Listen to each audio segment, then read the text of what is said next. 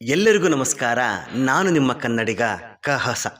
12ನೆಯ ಶತಮಾನದಲ್ಲಿ ಬಸವಣ್ಣನವರ ಕಾಲದಲ್ಲಿ ತುರಗಾಯಿ ರಾಮಣ್ಣ ಅಂತ ಒಬ್ಬರು ದನ ಕಾಯುವ ಮತ್ತು ದನ ಮೇಯಿಸುವ ವ್ಯಕ್ತಿ ಇರ್ತಾರೆ. ಅವರನ್ನು ನೋಡಿದ ಬಸವಣ್ಣನವರು ನೀನು ದೇವರಿದ್ದ ಹಾಗೆ ಅಂತ ಹೇಳ್ತಾರೆ.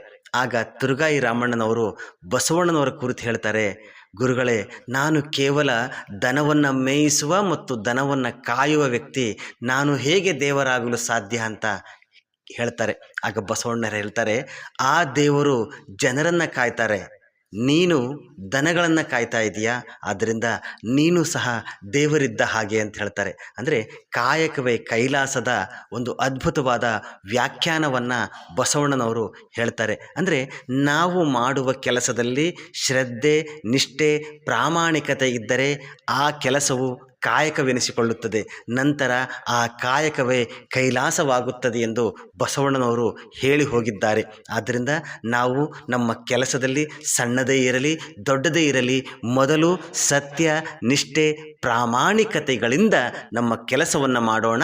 ನಂತರ ಆ ಕೆಲಸ ಕಾಯಕವಾಗುತ್ತದೆ. ಕೊನೆಗೆ ನಮ್ಮ ಬದುಕು ಕೈಲಾಸವಾಗುವುದರಲ್ಲಿ ಸಂದೇಹವಿಲ್ಲ. ಸರ್ವೇ ಜನೋ ಸುಖಿನೋ ಭವಂತು. ಧನ್ಯವಾದ.